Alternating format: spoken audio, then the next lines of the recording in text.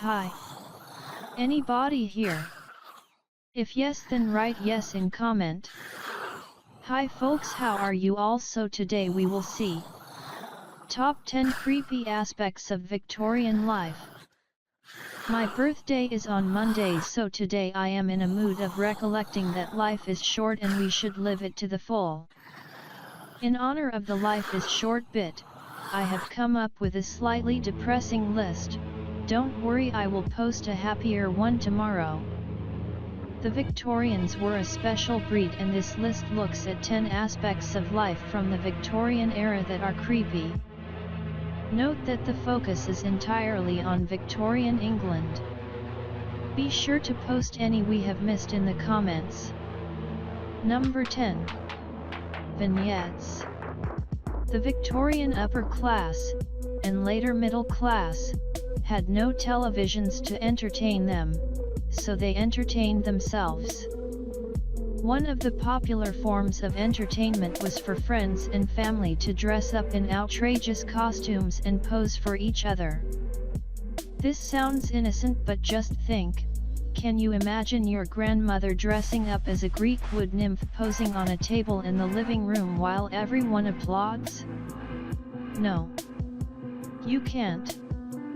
The idea is, in fact, creepy. But for the Victorians, this was perfectly normal and fun. Number 9. Poorhouses. Poorhouses were government-run facilities where the poor, infirm, or mentally ill could live. They were usually filthy and full to the brim of society's unwanted people.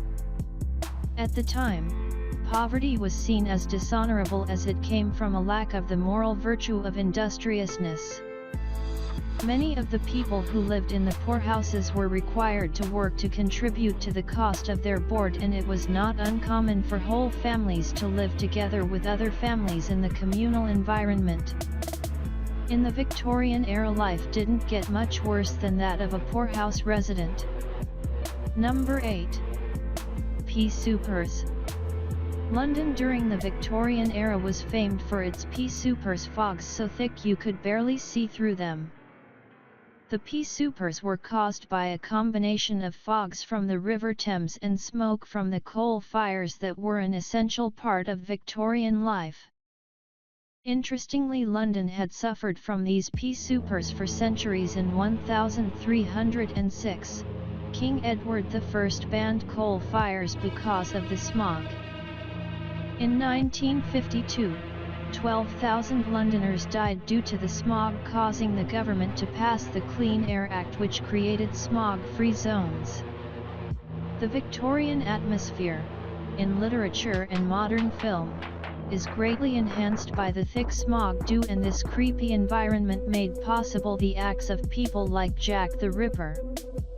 Number 7. Food. English food can be creepy at the best of times, but especially so in the Victorian era. Disclaimer: England currently produces some of the finest food in the world. The Victorians loved offal and ate virtually every part of an animal. This is not entirely creepy if you are a food fanatic, like me, but for the average person, the idea of supping on a bowl of brains and heart is not appealing. Another famous dish from the Victorian era was turtle soup. The turtle was prized above all for its green jello-like fat, which was used to flavor the soup made from the long-boiled stringy flesh of the animal. Due to dwindling numbers, turtles are seldom eaten nowadays, though it is possible to purchase them in some states of America where they are plentiful. Number 6. Surgery. In a time when 1 in 4 surgery patients died after surgery, you were very lucky in Victorian times to have a good doctor with a clean theatre. There was no anesthesia, no painkillers for after, and no electric equipment to reduce the duration of an operation. Victorian surgery wasn't just creepy, it was outright horrific. Here is a description of one surgery. The assembled crowd of anxious medical students dutifully check their pocket watches, as two of Liston's surgical assistants, dressers as they are called, take firm hold of the struggling patient's shoulders. The fully conscious man, already racked with pain from the badly broken leg he suffered by falling between a train and the platform at nearby King's Cross, looks in total horror at the collection of knives, saws and needles that lie alongside him. Liston clamps his left hand across the patient's thigh, picks up his favorite knife and in one rapid movement makes his incision. A dresser immediately tightens a tourniquet to stem the blood. As the patient screams with pain, Liston puts the knife away and grabs the saw. With an assistant exposing the bone, Liston begins to cut. Suddenly, the nervous student who has been volunteered to steady the injured leg realizes he is supporting its full weight. With a shudder he drops the severed limb into a waiting box of sawdust. Number 5. Gothic novel.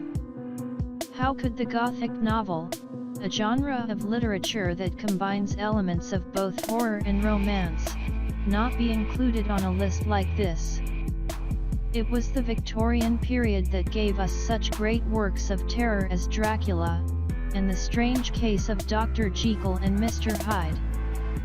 Even the Americans got in on the act, with Edgar Allan Poe producing some of the greatest Gothic literature of the time. The Victorians knew how to frighten people, and they knew how to do it in grand style. These works still form the basis of much modern horror, and their power to thrill has not dwindled in the least. Number 4. Jack the Ripper. In the late Victorian era, London was terrorized by the monster known as Jack the Ripper. Using the pea soupers as a cover, the Ripper ultimately slaughtered 5 or more prostitutes working in the East End. Newspapers, whose circulation had been growing during this era, bestowed widespread and enduring notoriety on the killer because of the savagery of the attacks and the failure of the police to capture the murderer. Because the killer's identity has never been confirmed, the legends surrounding the murders have become a combination of genuine historical research, folklore, and pseudo-history. Many authors, historians, and amateur detectives have proposed theories about the identity of the killer and his victims. You can read a list of the most fascinating Jack the Ripper suspects on our top 10 interesting Jack the Ripper suspects. Number 3. Freak shows. A freak show is an exhibition of rarities, freaks of nature such as unusually tall or short humans, and people with both male and female secondary sexual characteristics or other extraordinary diseases and conditions, and performances that are expected to be shocking to the viewers. Probably the most famous member of a freak show is the Elephant Man, pictured above. Joseph Carey Merrick, August 5, 1862 – April 11, 1890, was an Englishman who became known as the Elephant Man because of his physical appearance caused by a congenital disorder. His left side was overgrown and distorted, causing him to wear a mask for most of his life. There can be no doubt that the Victorian freak shows were one of the creepiest aspects of society at the time. Number 2. Memento Mori. Memento Mori is a Latin phrase meaning "remember you shall die." In the Victorian era, photography was young and extremely costly. When a loved one died, their relatives would sometimes have a photograph taken of the corpse in a pose, oftentimes with other members of the family. For the vast majority of Victorians, this was the only time they would be photographed. In these post-mortem photographs, the effect of life was sometimes enhanced by either propping the subject's eyes open or painting pupils onto the photographic print, and many early images have a rosy tint added to the cheeks of the corpse. Adults were more commonly posed in chairs or even braced on specially designed frames. Flowers were also a common prop in post-mortem photography of all types. In the photo above, the fact that the girl is dead is made slightly more obvious, and creepy, by the fact that the slight movement of her parents causes them to be slightly blurred due to the long exposure time, while the girl is deathly still and, thus, perfectly in focus. Number 1. Queen Victoria. Queen Victoria has to have position number 1 on this list because the era is named for her and, frankly, she was bloody creepy. When her husband Albert died in 1861, she went into mourning donning black frocks until her own death many years later and expected her nation to do so too. She avoided public appearances and rarely set foot in London in the following years. Her seclusion earned her the name Widow of Windsor. Her somber reign cast a dark pall across Britain and her influence was so great that the entire period was fraught with creepiness. Ironically, since Victoria disliked black funerals so much, London was festooned in purple and white when she died.